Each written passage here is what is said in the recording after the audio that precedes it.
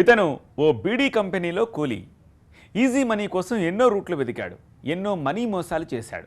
చివరకు అప్పుల పాలై ఊళ్ళో నుంచి పరారయ్యాడు. కొన్నాళ్ళ తర్వాత సడన్గా ఊళ్ళోకి ఎంటర్ అయ్యాడు.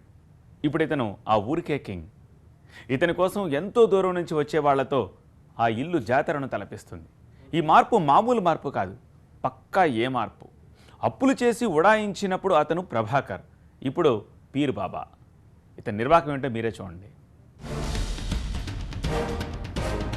కలికాలంలో బురిడి బాబాలకు, దొంగ సాములకు, సచ్చు సన్నాసులకు కొదవలేకుండా పోతోంది.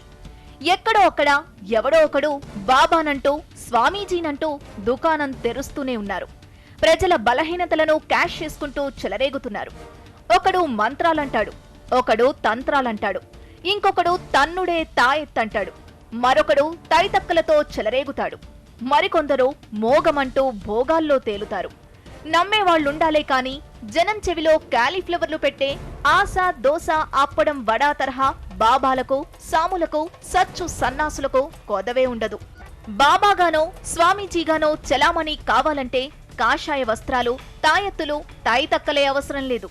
కనికట్టుందని నమ్మిస్తే చాలు, జనం పనిగట్టుకుని క్యూ కట్టేస్తారు. ఇదే లాజిక్తో దుకాణం తెరిచాడో దొంగ బాబా. వెంకటాపురం. ఇది రాజన్న సిరిసిల్ల జిల్లా ఎల్లారెడ్డిపేట మండలంలోని ఓ పల్లె. ఊళ్ళోకి ఎంటర్ అవుతుండగానే ఇదిగో విశాలమైన ఈ ఇల్లు కనిపిస్తోంది. ఇల్లంటే ఇల్లు కాదు, ఇది దెయ్యాలు, భూతాల డెన్. అలాగని లకలక చంద్రముఖి, కాంచనా లాంటి క్యారెక్టర్లేవీ కనిపించవు. దెయ్యాలు, భూతాలు పట్టాయనుకునేవాళ్లు వాటిని వదిలించుకోవడానికి ఇక్కడ క్యూ కడతారు. దెయ్యాల సంగతేమో గాని డబ్బులు మాత్రం వదిలించుకుంటారు. జీనా సాహెబ్ పీర్ బాబా. వారేవా, ఏమి పేరు అని అవాక్కవడమే కాదు, ఈ డెన్ను నడిపించే శాల్తీని చూస్తే, ఆయన లీలలు వింటే జనం ఇంకా ఏ లోకంలో ఉన్నారనే డౌట్ రాకమానదు. ఇదిగిదిగో ఈ ఫోటోలోని శాల్తీనే పీర్ బాబా. దయ్యాలు, భూతాలను తరిమేందుకు క్షుద్ర పూజలు చేస్తాడట. ఎలాంటి రోగం వచ్చినా, కష్టం వచ్చినా చిటికలో మటుమాయం చేస్తాడట. జనాల బాధలు తొలగడం మాటేమో కాని మూఢనమ్మకాలే పెట్టుబడిగా పీర్ బాబా 3 ముచ్చట్లు 6 మోసాలతో పేట్రేగిపోతున్నాడు. పీర్ బాబాగా ఫేమస్ అయిన ఇతని అసలు పేరు ప్రభాకర్. బీడీ కంపెనీలో దినసరి కూలి. చదువు సంధ్యలు అంతగా అబ్బలేదు. అయితేనేం కన్నింగ్ బుద్ధికి బాగా పదును పెట్టాడు. బీడీ కంపెనీలు ఇప్పిస్తానంటూ కొందరి దగ్గర వేలల్లో డబ్బులు లాగాడు. అంతేనా, ఫైనాన్స్ దందా నిర్వహించాడు. చైన్ మార్కెటింగ్ లో చేరి అరచేతిలో లాభాలు చూపించాడు.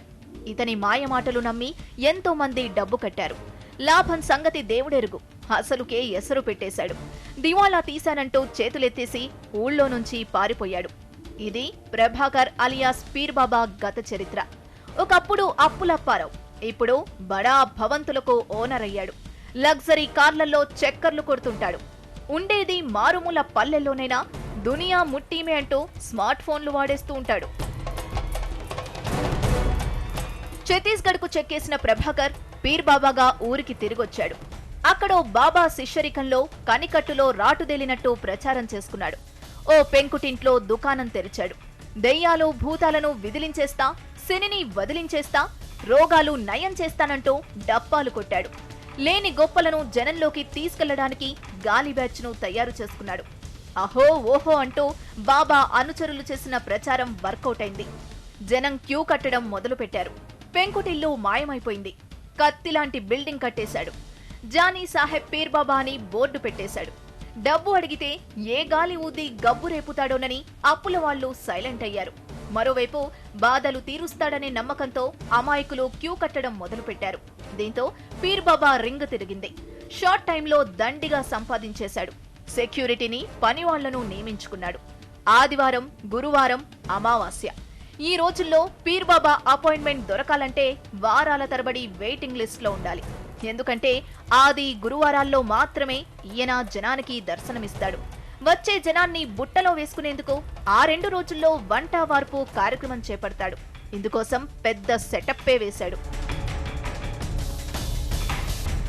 వచ్చిన వాళ్లకు సొల్లు చెప్పడమే కాదు, ప్రజల వద్దకే మోసం స్కీమ్ను కూడా అమలు చేస్తున్నాడీ బురిడి. పూజలు నిర్వహించడానికి వెళ్లి ఆ ఇల్లును గుల్ల చేయడంలో పీర్ బాబా అండ్ బ్యాచ్ దిట్ట. ఇంటినే ఆశ్రమంగా మార్చేసి అమాయకులను నిలువునా దోచుకుంటున్నారు పీర్బాబా. వీళ్ల మోసాలపై బాధితులు కొందరు పోలీసుల్ని ఆశ్రయించారు. ఏ మనీ మందు చల్లాడో కానీ పీర్బాబా ఆగడాలపై ఖాకీలు కన్నెత్తి చూడడం లేదనే ఆరోపణలున్నాయి. పీర్బాబా ఆగడాలను గతంలోనే జనవిజ్ఞాన వేదిక ఎండగట్టింది. ఎంతో మంది బాధితులు కూడా ఫిర్యాదు చేశారు. అయినా పోలీసులు ఎలాంటి కేసు నమోదు చేయకపోవడంలో మతలబేంటో వాళ్లకే తెలియాలి. మూఢనమ్మకాలను క్యాష్ చేసుకుంటున్న ఇలాంటి దగుల్బాజీలపై ఇకనైనా కఠిన చర్యలు తీసుకోవాలంటున్నారు జనవిజ్ఞాన వేదిక ప్రతినిధులు. పీర్బాబాకు అతీంద్ర శక్తులుంటే రుజువు చెయ్యాలని సవాల్ విసిరారు. ఒక 2 సంవత్సరాల క్రితమే అతని దగ్గరికి వెళ్ళి ఆ వచ్చేటువంటి ఎవరైతే ఉన్నారో అమాయకులను నిత్యాన్న సత్రంగా చేసి భోజనాలు పెట్టి మంత్రాలు తాయిత నెపంతో లక్షలాది రూపాయలు గుంజన సంగతి మేము ఇంతవరకే బహిరంగపరిచినాం. మరి అతను ఈ రోజులలో కూడా ఇప్పటికీ మంత్రాల పేరుతో ఇంతమందిని మోసం చేస్తున్నా మరి పోలీస్ శాఖ కానీ ప్రభుత్వం కానీ మిన్నకుండిపోవడం సమంజసం కాదు. అతని దగ్గర ఏ మాయలు లేవు, మంత్రాలు లేవు. ఒకవేళ ఆయన మాయలు మంత్రాలు నిరూపిస్తే మేము కూడా అక్కడికి వచ్చి ఉండి అతని మంత్రాలు కూడా బహిర్గతం చేస్తే మేము కూడా లక్షలాది రూపాయల బహుమతి ఇచ్చడానికి జనవిజ్ఞాన వేదిక తెలంగాణ రాష్ట్ర శాఖ సిద్ధంగా ఉంది. మరి ఆయన చేసేటి అన్ని తప్పుడు విషయం. అతనిలో ఏ అతీత శక్తులు, మానవులలో అతీత శక్తులు అనేటువంటివి ఉన్నాయి. ఇకనైనా మరి పరిసరం జాగ్రత్త వహించి అవి మానుకోవాలి. ప్రభాకర్ అలియాస్ పీర్బాబా పక్కా 420. భక్తి ముసుగులో జనాల్ని దగా చేస్తున్న మోసగాడు అని విమర్శిస్తున్నారు బాధితులు. అతనిపై కఠిన చర్యలు తీసుకోవాలని డిమాండ్ చేస్తున్నారు.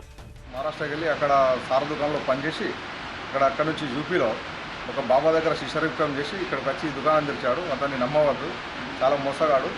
అతని దగ్గరికి వెళ్ళిన వారికి ఏదో రకంగా భయాన్ని సృష్టించి వారి దగ్గరికి వెళ్ళి డబ్బులు తీసుకోవడం ఇతని పని. ఈ రకంగా కోట్లాది రూపాయలు సంపాదించాడు. ఇతనిపైన పోలీసు వారు కఠిన చర్యలు తీసుకొని సుమోటోగా కేసు నమోదు చేయాలి.